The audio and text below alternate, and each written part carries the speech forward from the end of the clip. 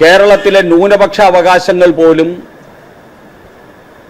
80:20 എന്ന നിലയിൽ വിവേചിച്ച് നൽകുന്ന ഒരു വിവേചനം ഈ കേരളത്തിൽ നിലനിൽക്കുന്നു. പക്ഷെ BJP ഭരിക്കുന്ന ഒരു സംസ്ഥാനങ്ങളിലും അത്തരത്തിലുള്ള വിവേചനങ്ങൾ നിലനിൽക്കുന്നില്ല. മുനമ്പം വിഷയം ഉയർന്നു വന്നപ്പോഴും മതപരമായിട്ടുള്ള വിവേചനമാണ്. മതേതരത്വത്തെക്കാൾ ഇവിടെ തട്ട് താണു നിന്നത് മതപരമായിട്ടുള്ള വിവേചനത്തിനാണ്. അതുപോലെ തന്നെ പാലാ ബിഷപ്പിന് നേരെ ആക്രമണമുണ്ടായ സമയത്തും പാലാ ബിഷപ്പിനെ പ്രതിരോധിക്കാനോ അദ്ദേഹത്തെ ന്യായീകരിക്കാനോ ഈ കേരളത്തിലെ മതേതരത്വം പറയുന്ന കോൺഗ്രസിനെയോ കമ്മ്യൂണിസ്റ്റ് പാർട്ടിയെയോ കണ്ടില്ല. SDPIയുടെ താല്പര്യത്തിനനുസരിച്ച് പാലാ ബിഷപ്പിനെ ഒറ്റാനും ഒറ്റുകൊടുക്കാനുമാണ് പ്രതിപക്ഷ നേതാവും മുഖ്യമന്ത്രിയും ഒരുമിച്ച് ചേർന്ന് പരിശ്രമിച്ചത്.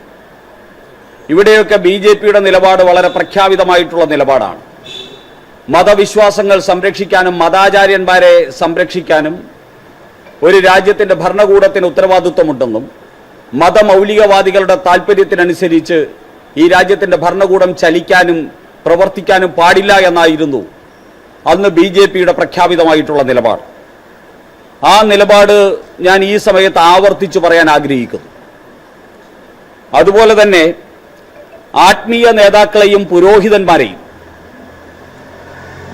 ആദരിക്കുക, ബഹുമാനിക്കുക, അവരുടെ വാക്കുകൾ കേൾക്കുക, ഇത് BJPയുടെ സംസ്കാരമാണ്, BJP പിന്തുടരുന്ന മാതൃകയാണ്.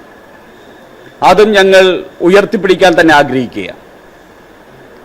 അതേ സമയത്ത് ആധ്യാത്മികതയുടെ പേരിൽ, മതത്തിൻ്റെ പേരിൽ കോൺഗ്രസ് കൂടാരത്തിലേക്ക് അല്ലെങ്കിൽ കോൺഗ്രസിൻ്റെ തൊഴുത്തിലേക്ക് ഏതെങ്കിലും മതവിഭാഗത്തെയോ സമുദായത്തെയോ കൊണ്ടുകെട്ടാൻ ഏതെങ്കിലും ആൾക്കാർ ഒരുമ്പെട്ടാൽ അത് രാഷ്ട്രീയമാണ്. അവിടെ മതവും ആധ്യാത്മികതയുമല്ല, അവിടെ രാഷ്ട്രീയമാണ് ഉയർന്നു വരുന്നത്. അങ്ങനെ ഉയർന്നു വരുന്ന രാഷ്ട്രീയത്തെ രാഷ്ട്രീയപരമായിട്ട് ചോദ്യം ചെയ്യാനുള്ള അധികാരം ഇന്ത്യൻ ജനാധിപത്യ പ്രക്രിയയിൽ ഭാരതീയ ജനതാ പാർട്ടിക്കുണ്ട്.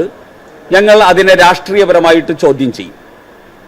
ഇതാണ് നിലവിൽ കേരളത്തിൽ ഉയർന്നിരിക്കുന്ന വിഷയത്തിൽ BJPയുടെ നിലപാട്. അതുകൊണ്ട് ഞങ്ങൾക്ക് പറയാനുള്ളത്, BJP എല്ലാവരുടെയും പാർട്ടിയാണ്.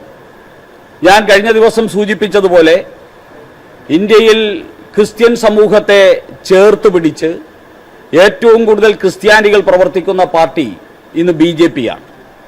അതുപോലെ തന്നെ മുസ്ലിം സമൂഹത്തിൽ നിന്നും ആയിരക്കണക്കിന് ആൾക്കാർ ഇന്ന് BJPയിൽ അംഗത്വം എടുക്കാനും BJPയുടെ നേതാക്കന്മാരായിട്ട് പ്രവർത്തിക്കാനും സന്നദ്ധരായിട്ട് വന്നുകൊണ്ടിരിക്കുന്നു. BJP ഇന്ന് വർഗീയമായിട്ടുള്ള ഒരു നിലപാടും BJPക്കുണ്ട് എന്ന് BJP അറിയുന്ന മത നേതാക്കന്മാരും അതോടൊപ്പം തന്നെ രാഷ്ട്രീയ നേതാക്കന്മാരും ഇന്ന് പറയില്ല. ആ രീതിയിലേക്ക് BJP ഒരു ഇൻക്ലൂസീവായിട്ടുള്ള രാഷ്ട്രീയ പാർട്ടിയായി ഈ രാജ്യത്ത് മാറിക്കഴിഞ്ഞിരിക്കുന്നു. അങ്ങനെയുള്ള BJPയാണ് ഇവിടുത്തെ പൊതുസമൂഹത്തിനോട് പറയാൻ ആഗ്രഹിക്കുന്നത്. മതത്തിനും വിശ്വാസത്തിനും അതിൻ്റേതായിട്ടുള്ള പ്രാധാന്യമുണ്ട്, ബഹുമാനമുണ്ട്, ആദരവുണ്ട്. മതത്തെയും വിശ്വാസത്തെയും ഏതെങ്കിലും ഒരു രാഷ്ട്രീയ പാർട്ടിയുടെ താല്പര്യത്തിന് വേണ്ടി കൊണ്ടുകെട്ടാൻ ശ്രമിച്ചാൽ അതിനെ വിമർശിക്കാനുള്ള സ്വാതന്ത്ര്യവും എല്ലാവർക്കും ഉള്ളതുപോലെ BJPക്കുമുണ്ട്.